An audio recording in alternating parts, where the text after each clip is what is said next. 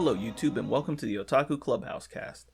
Now, normally I would introduce myself, Akuma Soul, and my boy, Felix, Bancho Gato, Naughty Nightwear, etc., etc., Yes.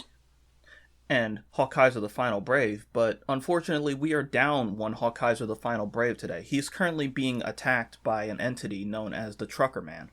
The Trucker Man is a very powerful SCP, and simply knowing about him does cause a little bit of damage to your psyche and possibly may put you in danger. So, I warn you that should you be listening to this with a pair of headphones, and if the Trucker Man once again makes his appearance before you, then you should know that he will continue to bother you, plaguing your headphones with an infinite amount of annoyance. So, welcome to the Otaku Clubhouse cast. It's one of those really innocuous SCPs that it doesn't do anything directly to you, but it just annoys you to death. Yes, that's literally what it is. Currently, Hawkaiser is having a seance in his house trying to exorcise the Trucker Man from his headset. So, when he returns, then you will hopefully, and we will hopefully, never hear from the Trucker Man again. But, speaking of plaguing and infecting and raping the infinite power of money, I don't even know where I'm going with this. Anyway, Microsoft bought Bethesda. Yeah, and a surprise fucking headline this week. Microsoft decides to spend $7.5 billion to acquire Bethesda's parent company, Zenimax. Yeah, it's not. Yeah, the thing that everybody seems to be glossing over a bit here is the fact that they bought Zenimax, right? Which technically means they bought Bethesda because they bought their parent company.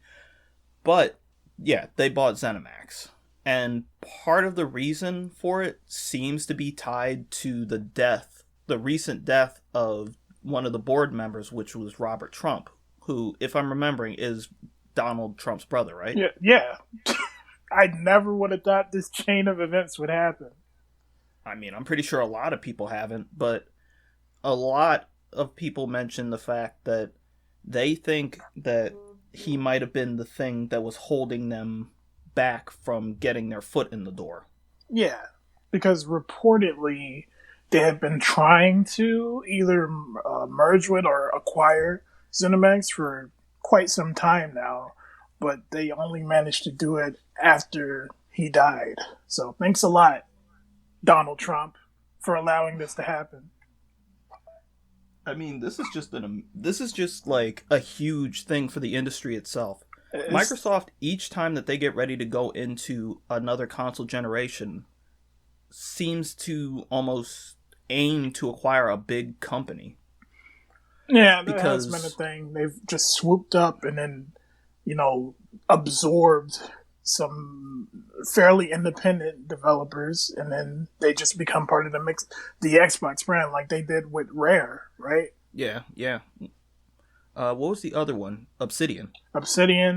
I can't think of any off the top of my head because Ninja Theory. Yeah, you're right.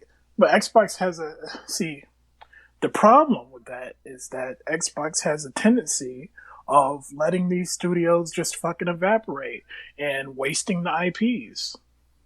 Yeah, especially when it comes to Rare. Like, they got their hands on Rare and just let them kind of sit after Nuts and Bolts, Banjo-Kazooie. Admittedly, that game wasn't the best, but they just kind of let them not do anything. And I think that they do have a game coming out. I have to look it up. I can't remember offhand. But it's like the first Rare game to come out in forever. The first rare game to come out in forever. Yeah. It's been known that Xbox just operates somewhat like EA, where you get these studios, you force them to work on a game. They usually can't because of the fucking weird high expectations they put on them, so they have to dissolve, and then they become part of, another what's the term, like second party studio under the Xbox brand. And the story has been repeated. That shit probably was going to happen to Platinum, but luckily, Platinum likes to remain independent. I feel it's more like a dogged, like a dogged hatred for being owned by another company. Like, especially after the whole Clover Capcom thing. Since they are exiles from Capcom. Speaking of which, this has set off rumors that are maybe not rumors so much as people's fears and speculation that maybe Sony, in retaliation, they should purchase a big Japanese company like Capcom. And I just want to say, please don't. We don't want to create mega monopolies, dude.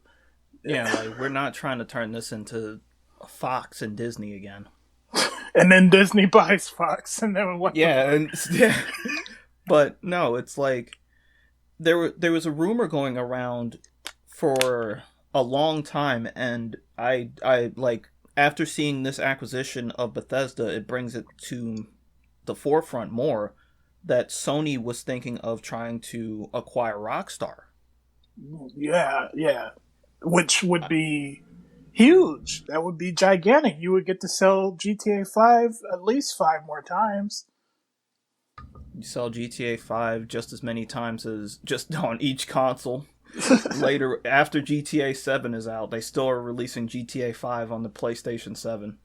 But no, it's that, and other speculation has come around with people saying that Microsoft might be looking to acquire more studios. One of those ones that a few people had put up was Sega.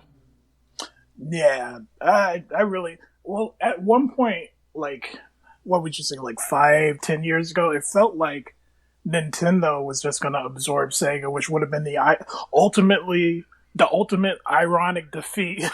That would have been pure indignation. Like, that would have been awful. Could you imagine being like a hardcore Sega kid and being told, yeah, Nintendo just bought them? Bro, if you had I had the game magazines in the 90s where they used to have the ads like, Sega does what Nintendo don't. And then they had the little swarmy Sonic doing the Jesus Christ, that would not have aged at all. But I guess it would make some sense that that Microsoft might be buying more studios, because for a while they actually went out of their way to buy a bunch of smaller studios. I mean, I just never would have thought that Bethesda, of all companies, like, again, it was part of the acquisition of ZeniMax, but still, that means that they do have their hands on Bethesda. Yeah, and I'm not going to say Bethesda was struggling, but they did have the disastrous launch of Elder Scrolls Online, Fallout 76. Fallout 4 wasn't really beloved by anybody. But they had other shit. They had bangers. Like, I guess we'll go over it now. Like, this deal means that Xbox now technically owns the Dishonored franchise, the Wolfenstein franchise, the Elder Scrolls, Fallout. Which is fucking huge. Huge. Elder Scrolls and Fallout are huge. Doom is huge. Because the Doom game, the Doom reboots, or whatever you want to call them, have been wildly successful. Starfield, which is that upcoming game, I don't know what it's about, but Microsoft owns it now, so. And The Evil Within and Prey. Now, just the fact that they own, well, again, this is them owning it. The fact that they own Elder Scrolls, Fallout, it's like, wow, that's fucking huge. Like, that is some like DC buying the Milestone universe. There was Milestone, right? Is that the one that had the like Icon and Static? Yeah. It's pretty big. That is fucking huge. And just so people realize, like, some people were thinking, oh, well, they're a big company, but they're not like that much bigger. Dude, Nintendo, I think, if I heard this right, Nintendo made about like $7 billion off of this fiscal year. Nintendo has made like $7 billion. Microsoft has made $75 billion. Yeah. So people underestimate like how much spending power the Xbox brand has because they see Xbox been losing the console war. They haven't done that much in sales, but you forget that Xbox is just a little tiny part of Microsoft, and Microsoft got fuck around money. Yeah, Microsoft can and fucking buy a cable company if they wanted to. yeah, and honestly, Microsoft has Microsoft has so much money that even if the Xbox isn't bringing them in a ton, they can just keep it around. And the reason they're going to keep it around is so that they can gatekeep. That's They're what they've going to been keep doing. other small. Yeah, they know that there are usually like three big publishers or three big game consoles. And Microsoft just sits there at the gate like, fucking meanwhile while Sony's on the fucking top and Nintendo's fucking doing whatever they're doing, Microsoft is sitting there like waiting for somebody to come to the door, got the fucking gun loaded. I mean, I'd much rather have them than that fucking Amazon thing that they announced. Did you see that? Yes. The we don't have I don't have immediate information on that, but I think if I'm remembering right, it was called the Amazon Luna. Yeah, it's That's just called gonna the be the Google Stadia too. yeah, it's called the Amazon Luna, and it's supposed to be similar to the Stadia.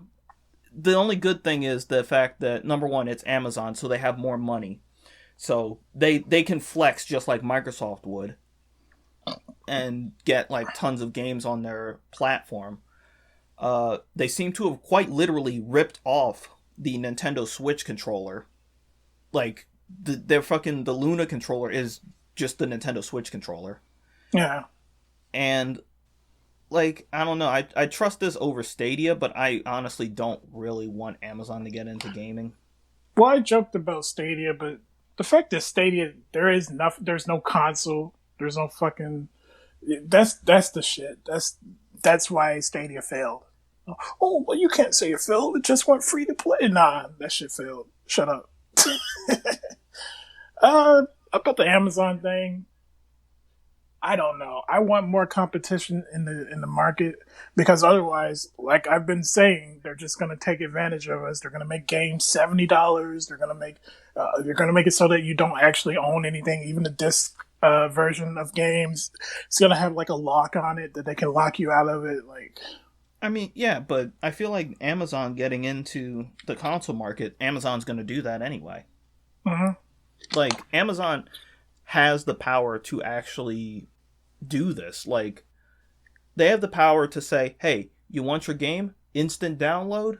Bam, we have the best servers in the fucking world. We have the money to make it so that you guys living with your regular internet connections can fucking play all these crazy games." And they could also do something akin to like, oh, you don't have to worry about pre-ordering games. You can pre-order online, or you can get it Amazon Prime within 2 days. Like, actually, man, hold on. Let me go to Bezos real quick. I'm gonna get a job. This is easy, bro. Natural marketing. But yeah, if this kills off Stadia, more power to them though. How do you Fuck kill Google off a Stadia. dying man? I like Euthanasia? there are people out there who fucking like Google Stadia. I I don't know like the why. idea of Stadia, but it's like we are not in that future yet. We're in the No. bad part of cyberpunk dystopia. We're not in the good part yet. We were talking about Xbox a little bit. We were talking about Microsoft a little bit earlier. Let's talk about the Xbox One X. I know what you're thinking. What? Okuma, why are you talking about the Xbox One X? Shouldn't you be talking about the Xbox Series X? That's what a lot of parents were thinking too. Because a lot of them made that fucking mistake. The same mistake as the fucking Wii U. Because nobody learns a damn thing. So on Amazon, speaking of Amazon, on Amazon, the sales of the Xbox One X suddenly increased 747% over the week when they made the announcement of the Bethesda acquisition. And you're like, what the fuck? what's going on? Are they like, is there something new happening? It's like, no, this is clearly just a bunch of fucking confused parents, confused boomer and millennial parents purchasing Xbox One X's thinking that it's the next generation's Xbox Series X. But this is an Xbox Series X of fucking failures. This is like the fucking Yahtzee, fucking Yahtzee from Zero Punctuation has a little thing that he does every once in a while in some of his videos where it's like a little jingle where it's like a little laugh at an industry that never learns anything. This is fucking it. Like, you guys, did you not see the fucking Wii U? The problem with that is because people look at it and they're like, I don't know what I'm buying. I have a Wii. Why do I need a Wii U? Is that like an add-on or something? Yeah, so parents are going to be like, all right, my son wants an Xbox Series, my son wants an Xbox X, Xbox X, Xbox One X, Xbox 2, okay, so then they go online and they're like, which one do I get? Oh man, this one's cheaper. Oh, and I can get it like right now? Oh, well, I'll just buy it right now, and he'll be so happy. You know what exacerbates that problem? The fact that everybody's doing that, so it shows up on like, oh, this is the top 10 in electronics today. Exactly, and it's only going to get worse. Jesus. And I've also talked with a few people, and they've said that they're pretty sure that some of it comes from like stupid bots, but it's like, I don't think a bot would make this mistake. Yeah. Like the bots would, unless somebody is quite literally listing the Xbox One X as an Xbox Series X, then the bots probably wouldn't just pick them up. Unless there's just one guy out there who accidentally bought like 600 Xbox One X's. I mean, there's going to be scalpers out there. That's why the PS5 pre-orders are fucking sold out. It's because there's like always going to be scalpers. Man, how rich do you have to be to scalp PS5s? I wonder if there are people scalping fucking PS3s, dude. Like fucking money bags from Monopoly. I'm just hoping that like those parents figure it out before they fucking get their Xbox One X's and the kid is sitting there on Christmas and he's like, "But mom, don't you love me?" That's fucked up. That means they would have had these since September. And then they just like, ooh, I'm glad I snatched that up before the holiday rush. And then fucking 3 months later, oh, no.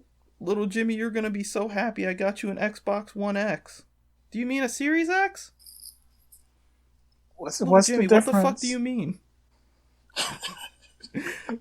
All right. Enough shitting on that. Let's move on to Tokyo Game Show. So, Tokyo Game Show is currently in progress, and I know a few people have been let down by it. We were speaking with Hawkaiser a little bit before this, and he said that he was a bit let down by what was going on in the Tokyo Game Show at the time. That being the fact that there hasn't been like huge announcements, you know? Yes. They're mostly showing things that are already announced or stuff that's already out. So there's only been a few surprise announcements, one of which being a new Virtua Fighter game, which the way they announced it was very corny. It was Virtua Fighter Cross Esports. Yeah, you lost me there. I don't understand that. Like, what are they trying to do? So are they trying to be like, hey, look, we're gonna have esports games for Virtua Fighter's gonna be an esport now? Like, so Virtua Fighter 5, it was 5, came out at like the start of this console generation, or was it on PS3?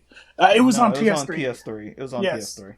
But that game mostly failed for two reasons. One, nobody wanted to watch it because, it's a legacy game. It's very...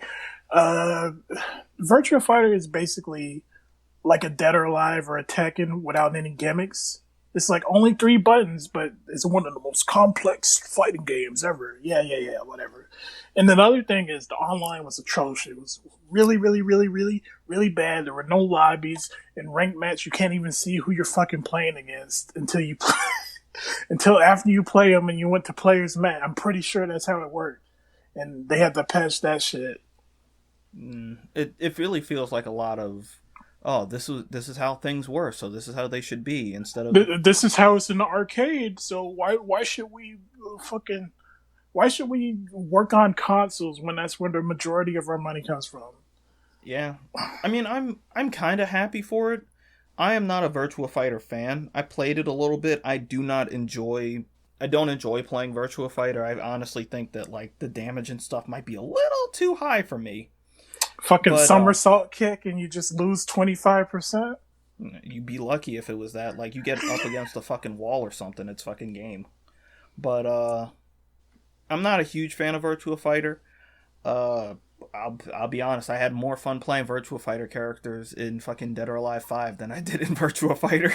It's crazy that you say that, because, yeah, they're a little bit more balanced in a different game, but they were still some of the best characters in Dead or Alive 5, so... Yeah, fucking Sarah sit there and you can't fucking touch her. But my nigga Jackie, yeah! fucking sitting there and fucking... I swear, it's because of Jackie that bouncing became a thing. Like, I swear it is because of how good his fucking overhead kicks were that did bouncing on people. That's the whole reason that they made it so good in Dead or Alive 6. Yeah. Yeah, but no, I'm happy for them. I'm happy for whoever is a big fan of Virtua Fighter. You know, it's good that this game is coming back.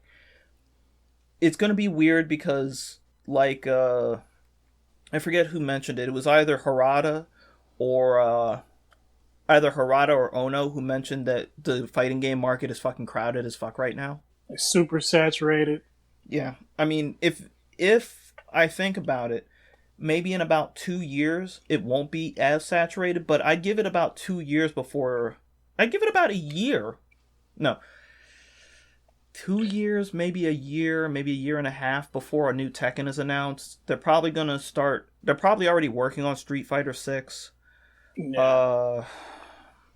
The Guilty Gear comes out next year. Yeah, Guilty Gear comes out next year. They're probably going to work on not a Street Fighter, Dragon Ball Fighters Z sequel, because that made way too much money for them to ignore. Yeah. The fighting game market's going to be pretty fucking saturated again, but if Virtua Fighter gets in there, they'll probably honestly edge out Dead or Alive just because of name value. Yeah. This is assuming that they don't repeat the mistakes of their past and have like an atrocious online system and a game that's too hard for new players to get into. Well, that's also assuming that Tecmo Koei learns their lesson and doesn't fucking charge out of the ass for shit. And actually, you know, this time is like, hey, you know, we actually made the fighting game good. Instead of just, hey, you know, we made the faces look good. Yeah! Like, we get that, but... Still use the old-ass audio. Still use the old fucking compressed fucking shitty audio. I swear, you can still hear some of fucking Kasumi's hits sounding like she's getting fucking hit by a fucking radio upside the head. It's Radio Man. It's Trucker Man. Trucker Man returns. Let's see. There was also some Hyrule Warriors Age of Calamity stuff. Monster Hunter Rise. Nier Remake. Yeah, I've been paying attention to that. Yeah, it's a remake of Nier, but in the style of Nier Automata. So that's pretty cool. I'll actually sit down and play that. I never played the original Nier. Oh, and it's the original. It's the fucking Japanese only version with the one Brother Nier. Brother Nier instead of Papa Nier. Well, when everybody says it's the version that makes more sense because nobody wants this old man. Shut up, bitch. I heard a lot of people really enjoyed Papa Nier. Yeah. Let's see. Some Resident Evil Village stuff. Kingdom Hearts stuff. Scarlet Nexus. And a Ni no Kuni game, but unfortunately it's a mobile game, so, you know, there goes all your excitement right there. Let's see. Xbox Series. I'm basically just running down a list of stuff right now, and I don't see anything that's particularly groundbreaking. Like, I feel like the biggest announcement from this was the Virtua Fighter thing. Yeah, it's just, if you ask me, people had their expectations up because of these other things, the summer gaming thing, fucking Gamescom, etc., etc. And they were like, well, these are disappointing me, but the Tokyo Game Show won't let me down. The base Japanese developer, no, no, no, no, no. The Japanese developers have been affected by COVID-19 too. So, Well, a lot of them have actually been affected worse than the American developers because working from home for Japan is a little bit different. yeah. But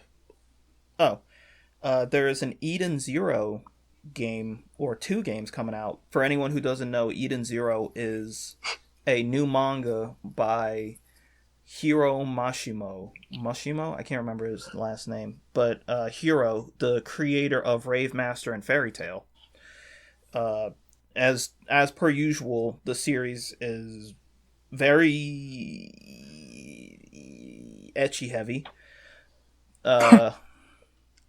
It's better written than Fairy Tail, which isn't saying much, but it's not offensively bad. It's not really good in any way.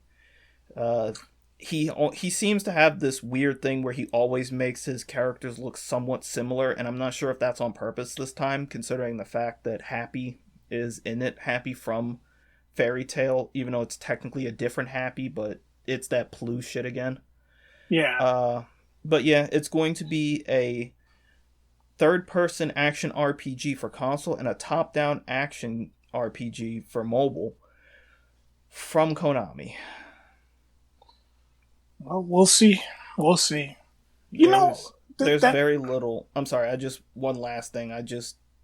Well, go ahead. Go ahead first. The thought occurred to me, like, I remember watching Rave Master, right? And I remember liking it as a kid.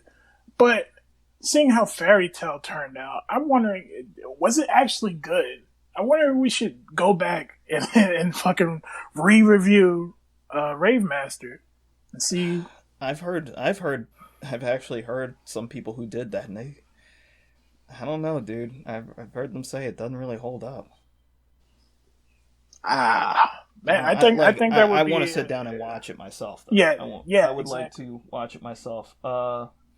But yeah, I just kind of want to shit on Konami for a quick second because there also was a trailer released for that upcoming Shadowverse game, and boy howdy does that fucking game shit all over the Yu-Gi-Oh game that was recently released by Konami.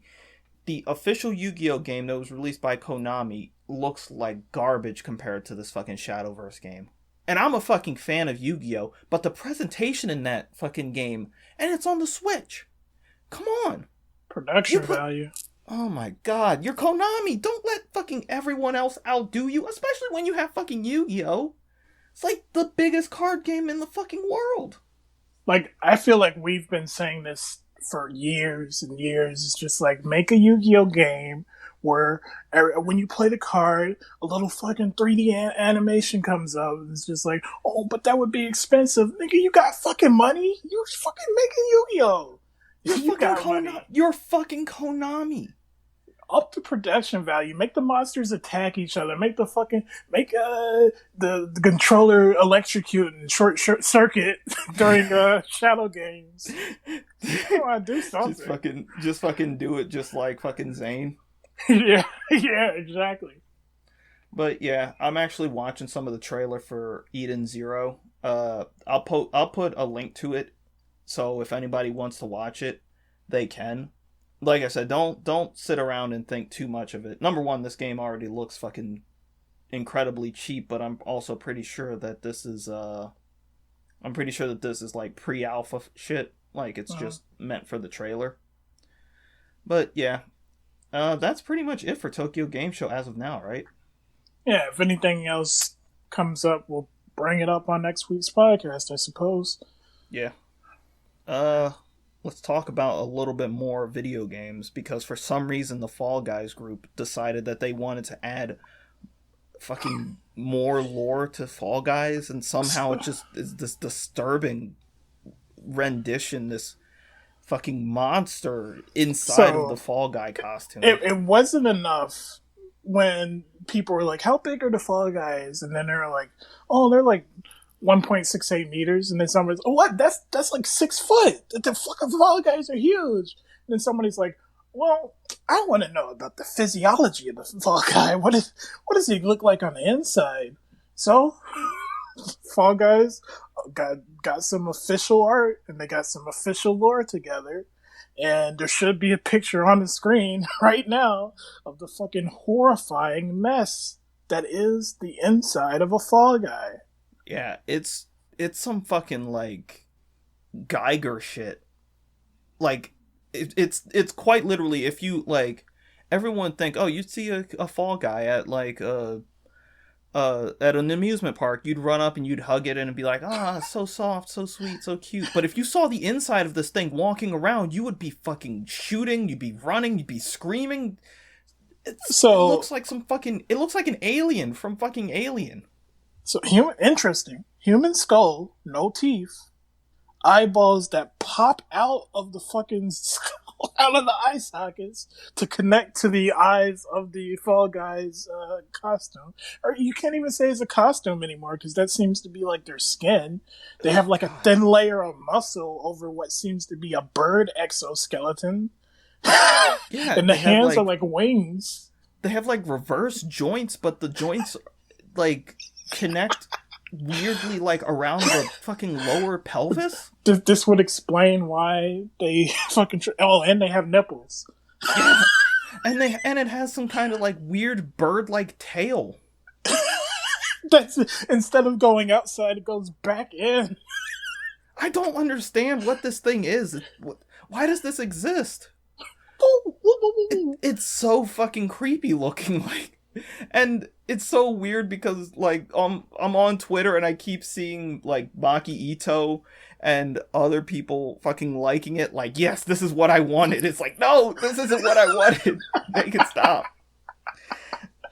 The Fall Guys group, I think there was another person in the group who was like, no, the Fall Guys Twitter was also like, all right, well, now people, we have to discuss this. We can't... people at the Fall Guys group can't decide on what is what the lore is.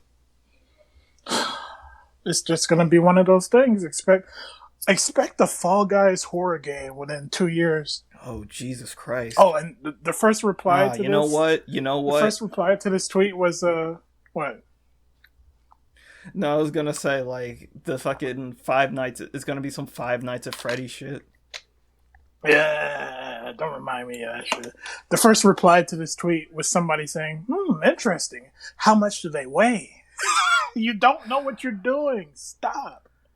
What does the inside of a Fall Guy smell like? There's another picture. It's like, yeah, there's a tweet. The dev team is divided. Principal concept artist Ash Krins, I don't know who that is, suggests that this is the true anatomy of Fall Guy. I guess we'll never know for certain. And it's just like this other one, which is like, silly legs, finger beans, bounce, happy airbag with a big squeaky heart, beady beans. I want to just point out the fact that this other one is also kind of creepy, because this means that Fall Guys are like, they have nothing in them? So the solution is to take a Fall Guy and cut it in half perfectly down the middle. Yes? Let's do a Fall Guy surgeon simulator, yes? You cut a Fall Guy perfectly in half down the middle, and then suddenly another Fall Guy starts growing out of it on both sides. No, like a bunch of hands, like in JoJo's, pulls you in, and then you become the inside of the Fall Guy. You become a Fall Guy. No, you keep living, but you're living inside of the Fall Guy. You're constantly screaming as your bones are being warped into this fucking grotesque monster. And then eventually you stop screaming and you just do the... Yo, hire us. We are open for ideas. We will write the lore of Fall Guys. It'll be the Fall Guy SCP and Trucker Man. The Fall Guys action. No, the Fall Guys classic RPG. Hire us. All right. A few more things. So, we've been watching the brand new season of Kamen Rider. This one is called Kamen Rider Saber. It stars, I don't remember what his name was. But you go ahead and look. You go ahead and keep talking. I'll look it up. The main character of Kamen Rider Saber, named Toma, and his actor name to be determined. The actor was being stalked by the Japanese paparazzi. And they discovered him, as per usual, they discovered him smoking outside of the convenience store, gambling at pachinko parlors, and hanging out with his girlfriend all night. Oh my god. He's a normal human being. Yeah, whoa. As somebody who's been over to Japan, I know that there's like a little bit of a stigma behind smoking, unless you're like in a bar that specifically allows smoking. I honestly didn't care. Like, I've been around people who smoke all my life, so I hung out with people over in Japan who smoked. Make no difference to me. But I do know that it's kind of looked at a bit differently over there. But It's like most of that in general is like, I don't really know if this is that much of a big deal. Like, the only thing that's really noticeable for me is, wow, this motherfucker really dresses like he does in Kamen Rider. Like, he still wears that fucking hat. Get rid of the hat, bro. The oversized fucking shirt. Yeah. And then that occurred to me. It's like, wow, this nigga is like a boncho. He's like a pretty boy actor, but he's like a fucking boncho. He's like Yankees, a delinquent. Get out of here. His name is Shuichiro Naito. What a perfect name. Yeah, it really is. Fucking Shuichiro Naito. Naito? Come on. Come on. But yeah, just let that man live. And the person who first tweeted this has since deleted their tweet because a bunch of people are like, why do we fucking care? And they tried to justify it as like, well, he's an actor on a kids show. He's a role model. It's just like, I don't think kids would know unless you specifically go out of your way to fucking stalk an actor. Yeah, and it's like, this is the reason that people can't stand the fucking paparazzi anyway, because it's like, oh my gosh, look at what this person is doing. Oh my god, they are acting like a totally normal human being who just so happens to be famous. Yeah. It's like, leave him, leave the guy alone. I could understand if he was like fucking going around starting fights or something, but dude's just sitting around fucking going for a smoke, hanging out with somebody, fucking shooting the shit probably with his buddies. Oh man, you know what I just realized? Maybe we can still do it. We need to do a sink or swim of Kamen Rider Saber. I feel like we can, maybe. I mean, we've seen a few episodes now. I feel we can get a better grasp on a Kamen Rider after a few episodes as opposed to like an anime from one episode. Yeah, a 12-episode anime. Right. Yeah. So, yeah, I guess we've seen like 3 episodes. We'll probably watch another one and then give a recording on it. I feel like we have a decent enough understanding by then. Let's see. Granblue Fantasy versus Season 2 has officially started. The balance patch was let out, and our boy Lord Anal Retention has been released. And apparently some people are quite upset. Yeah, so first things first. Before Belial even came out, which I'll talk about him a little bit from what my experience is, there was a massive patch. If you played this game before, you would know that the titular character Gran, his cousin Vegeta, their older sister Catalina, these were some of the problem characters. Percival, the Hot Lord. And they were really good because they were like Shotos, like Ryu and Ken. They had all the tools. They had a good fireball. They had fucking corner combos that did like 60% of your health. They were well balanced, well rounded character. I'm not going to say well balanced, but in terms of their tool set, they had tools that a typical a person new to fighting games would want to have. They had a fireball, they had a thrusting attack, they had an uppercut. So a lot of people complain. And like the last patch was when Zooey came out, so that was like 4 months ago. So a lot of people complain, it's like these characters are too strong. They're too strong. The bad characters are too bad. I was one of those people. Like my nigga Sorez and Hawkaiser too. He's a big Sorez fan. That was the worst character in the game. So this is all ArcSys has been hearing for the last 4 months. And mind you, because of COVID-19, there's not been any like offline tournaments or anything. So all they have to go by are basically what people play online and what people say online. So what they did was that they nerfed the shit out of Gran, Catalina, Vegeta, Percival, Ladiva, the Grappler, and Fairy, and then they buffed everybody else. So this naturally caused a split opinion between all the players who were playing those really good people. It's like, wow, this patch killed the game. This is shit. My character can't do nothing no more. And everybody else really likes this patch because it made, oh my god, it made Saurus fucking really good. It made another fucking devil character, Beelzebub, it made him good. It made Charlotta good, which she was already kind of good. It made Narmaya good, which she was already kind of good, but you know, a lot of people just play her to jerk off, and they don't know how to use her. Because she actually has a really high skill ceiling. Yeah, so I mean, that probably would have been the end of it. People would have got used to it, or just switched characters or whatever.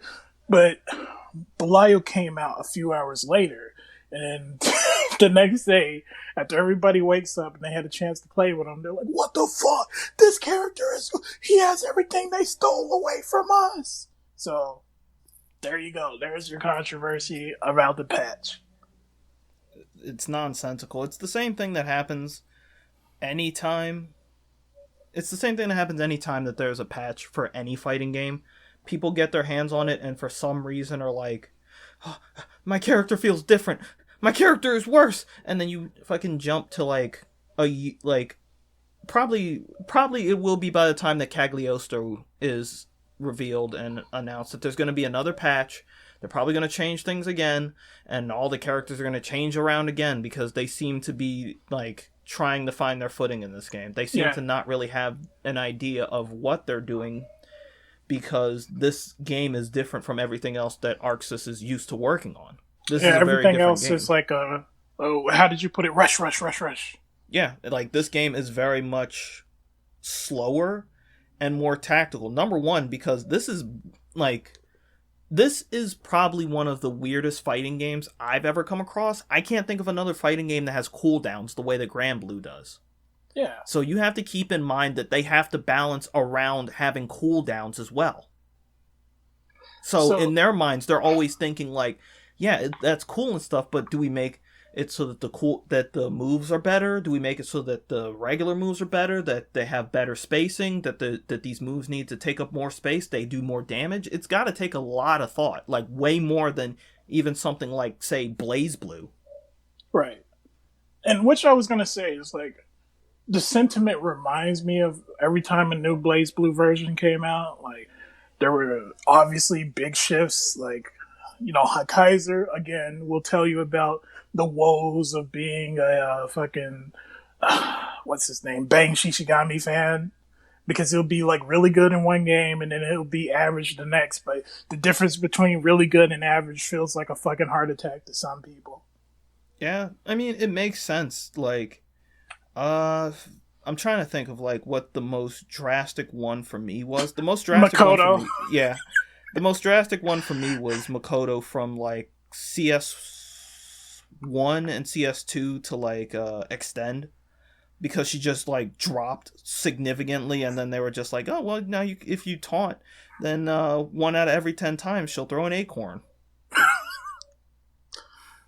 What a cursed fucking. That's not a nerf. Because now you got people taunting, thinking they can get, I might get something extra now if I taunt. Stupid. Whatever. Stupid and embarrassing. But yeah, You got to give it time. They're probably still figuring things out. They're probably still figuring out how to properly balance this type of game. Yeah. And don't worry about these. I feel like a lot of these nerfs will be reverted because people will say, like, well, I like what Belial is doing. And next month they're going to be saying, I like what Cagliostro is doing. So we should make characters better, not just make the good characters worse. Because that would definitely kill the game. Yeah. Well, I'm looking forward to it. I'll definitely play Cagliostro when she comes out. But I think that's really like is that just about everything that we have today? Yeah, that's all we have for today. We're going to cut it short since we are one man down. Yeah, one less podcaster, one third of the podcast. That's what you get. If you stay long enough, you're going to eventually, we're going to get the flu or something, and then there's going to be somebody doing a one-man podcast, and it's going to be 10 minutes. God. one man podcast sometimes can be, like, great. Like, I love Bill Burr's podcast, but one man podcast can also be fucking very weird, because I listened to Wooly's podcast when he was doing that Solo Man podcast for a little while, and he made like the first episode and it was just him talking. Well, the first episode of that podcast was really good because obviously they had just split up, right? And then the second episode, but I didn't listen to the third one, but the second episode felt like he lost his focus.